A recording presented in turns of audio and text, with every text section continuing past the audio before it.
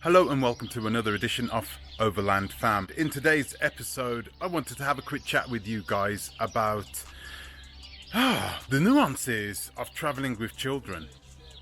This is something that I've done in the past, but not so extensively on the road. I've driven on the road for reasonably long distances.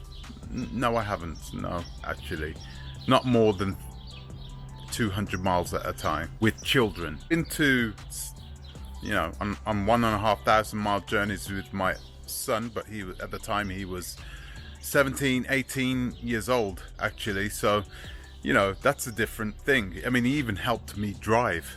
So it is a very different thing. The journey that I'm about to partake on, this overland journey, this expedition to Africa, I have been really thinking about the way I've approached it. And I've been approaching it with the attitude of course we can, which of course is a very positive way to think about an expedition. But I know there are going to be many challenges that are going to come our way. And I think I've been rather blasé about the challenges and the nuances of the problems that we are going to face with having children on our journey. So at this moment, my wife is pregnant with our second, and we plan to travel with two children. So, and the next child, she'll still be 2 years old when my son is born. So it's, I'm looking at it now, and I'm looking at the way things were only a year ago when I had my daughter. Things were much easier, much easier. If you have children, you'll know this already. When I had my daughter, we could stick her in the seat.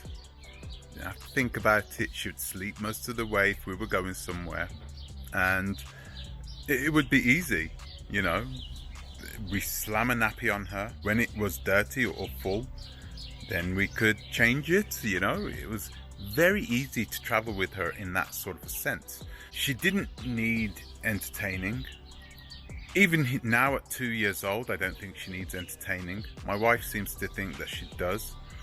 But children at this age are very special. You think that they need entertaining. You think that they need an iPad in front of them, but they don't. They've only just become conscious about the outside world. And when I was younger, the window that I was looking out of, that was my iPad. I was seeing things for the first time. I was able to look out the car and really go off in my thoughts. But now, today, people think that children need iPads and iPhones and computer games, and those things are absolutely no good for them, no good for their minds, and it doesn't expand them.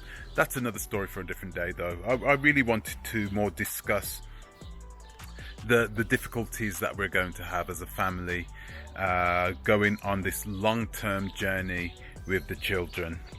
I don't ask you often to do this, but if you're watching this, please like, subscribe, share, and don't forget to click the bell notification. Thank you very much. So, what are going to be some of the problems that we are going to have? Well, where do I start? One of the problems we're going to have really is being parents with two children and going on long journeys with them. Now, for us, we are going to be traveling on this overland adventure to Africa a maximum of 4 hours a day. So we're actually going to be on the road a maximum 4 hours a day, which I think is achievable. It's one of those problems that we have to have because we don't have a choice, really. We can't be on the road for longer than 4 hours a day, because with a young child, putting that young child in a car seat, if you're putting a young child in a car seat, then that young child is only able to be in that car seat for 2 hours at a time. So, and they don't give a maximum amount of time that the child is allowed in the car seat for each day. But we didn't want to push it. Of course, you know, when you have young children, they're still developing, their bone structure is still developing, especially with a young one. So we thought, okay, let's do it. So we drive 2 hours, you drive 2 hours, we have a break, and then I drive 2 hours. Bingo. Very nice, very easy.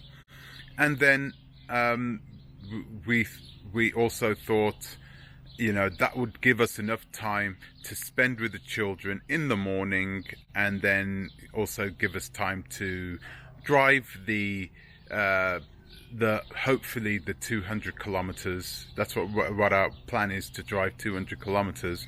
I wanted 200 miles, but I don't think that's going to happen. 200 miles in, you know, in the West would be easy to do in 4 hours. 200 miles in Africa, not possible. So that's one solution. You know, it's actually a solution that we didn't really have a choice. We were forced into, because we cannot have the children in the car for huge amounts of time. 4 hours for us is not that long. 4 hours for a 3-year-old, 2-year-old child is way too long. Okay, so I know that the child is going to need to be somewhat entertained to a certain degree, okay?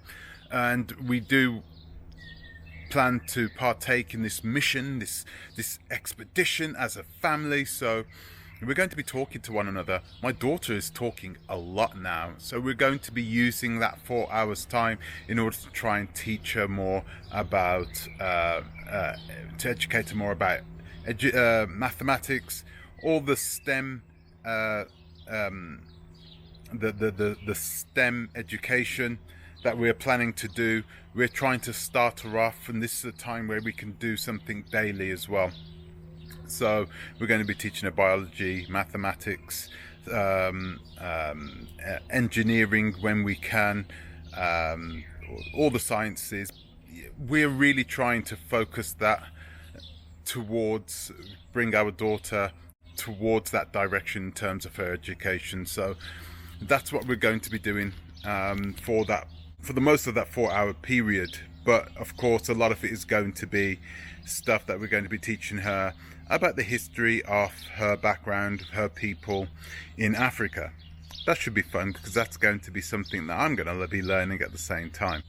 I'm now about to go on a journey with my daughter and my wife. We're about to go on a journey from Vienna all the way down to Dubrovnik, hopefully. And this is a long journey.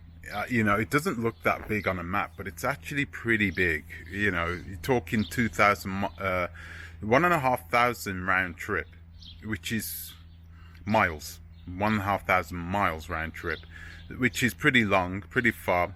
And I know that we are going to do our best to film this so we can see the problems that we are having and how we can solve these problems, because I know a lot of these problems we're not going to be able to see whilst those problems are happening. So we're going to record a lot of it and try and use the videos to try and see how we can work things out, how we can communicate better, whatever. We don't know, but you know, we know that I need to take a realistic point of view of how we are planning to tackle the problems that we are going to face, and how we are looking at our journey towards Africa, and how it's not just going to be a breeze.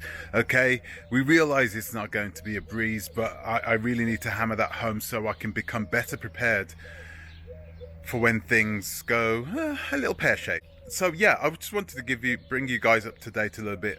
I will be making a video of our journey. I've got to do a few things before we leave as well, so I will be making videos like this, unfortunately. So I'm sorry about the quality of the sound and everything, but that's all I can do for now. Okay guys, so thank you for watching, and I will see you in the next one.